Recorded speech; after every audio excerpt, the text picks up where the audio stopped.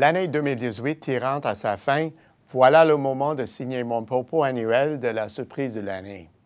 Vu le nombre incroyable de chocs observés cette année, il est peut-être trop tôt pour signer cette édition. Il reste encore 2 semaines avant la nouvelle année et bien des choses peuvent se produire d'ici là.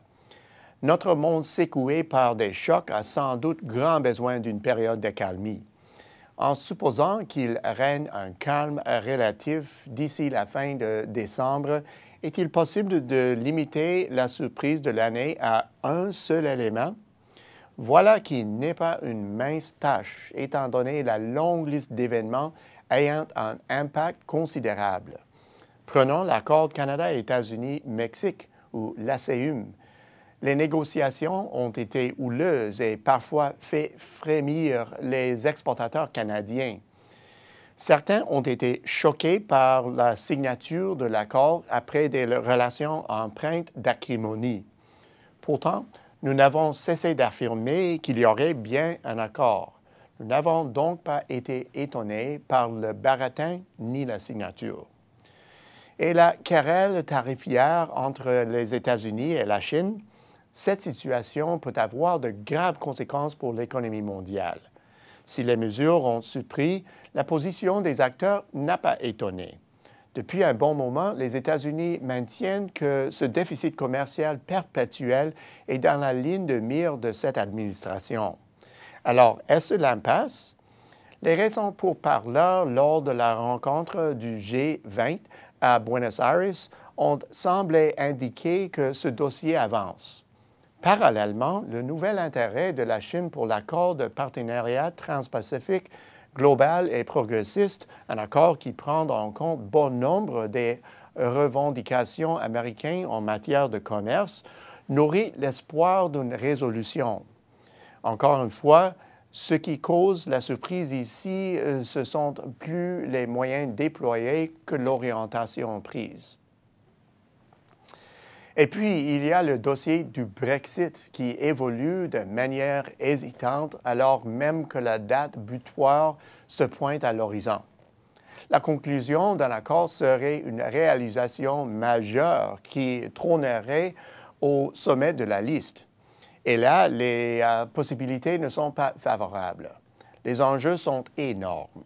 C'est comme si on faisait pile ou face avec une pièce à plusieurs faces. Peu importe le résultat, l'opinion est également divisée. La dérive du Royaume-Uni vers cette échéance était et demeure en grande partie prévisible. La tenue d'élections clés a suscité l'étonnement cette année. Au milieu de 2018, AMLO est devenu le nouvel président mexicain et a remporté une majorité aux législatives. Quelques mois plus tard, on a assisté à la volte-face du Brésil qui a élu le président Bolsonaro.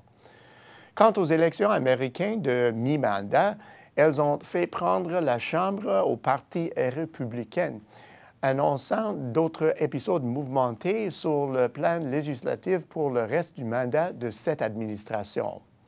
Le message envoyé par les électeurs allemands mettant fin au règne de la chancelière Merkel a engendré une certaine confusion chez un des piliers de l'Europe. Ces résultats sont étonnants? Un peu, mais ils témoignent tous d'une constante frustration envers des systèmes qui n'ont pas encore apaisé les principales préoccupations des gens ordinaires.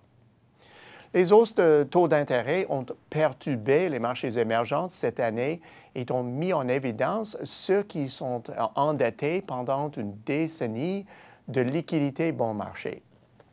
La Turquie et l'Argentine ont été sous la loupe des marchés financiers et elles sont parvenues à éviter leur colère. Pour d'autres économies, d'autres difficultés sont sans doute à venir. Quoique troublante, cette évolution était inévitable et elle ne devrait donc pas nous surprendre. La révolution du secteur du détail s'est poursuivie cette année. Les achats en magasin cédant de plus en plus de terrain aux plateformes d'achat en ligne, comme l'a montré la chute de la célèbre marque américaine Sears de son éternelle position dans les hautes sphères du secteur du détail. Walmart, le numéro 1 actuel, en prend bonne note. Voilà qui est de nature transformationnelle, mais pas vraiment nouveau.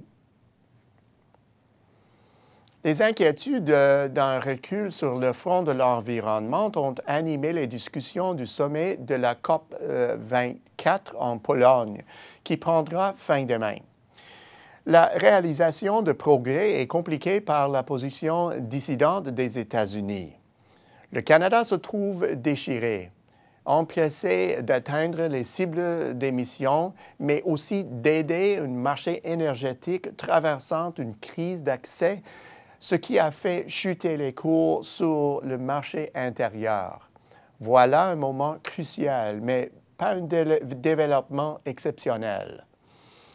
Aucun de ces événements suffit en lui-même à remporter le titre de surprise de l'année. Cependant, il existe un fil conducteur qui les unit, la mondialisation. Que l'on parle de loi sur l'immigration dans les zones d'échanges commerciaux, de la concentration des entreprises à l'échelle mondiale, des révélations de corruption, des complications liées à un cycle prolongé, des infrastructures nécessaires pour accéder aux marchés étrangers, des tentatives pour corriger des mécanismes commerciaux ou de la viabilité environnementale, tous ces éléments ont un point en commun, la mondialisation. La grande surprise, jusqu'ici, les changements aux politiques comme l'ACUM ne nuisent pas à la mondialisation, mais contribuent plutôt à la renforcer.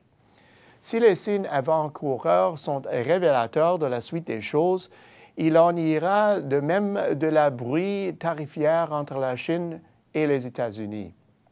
Ajoutons à cela un Brexit réussi, ce qui n'est pas totalement exclu, et la conjoncture serait prometteuse.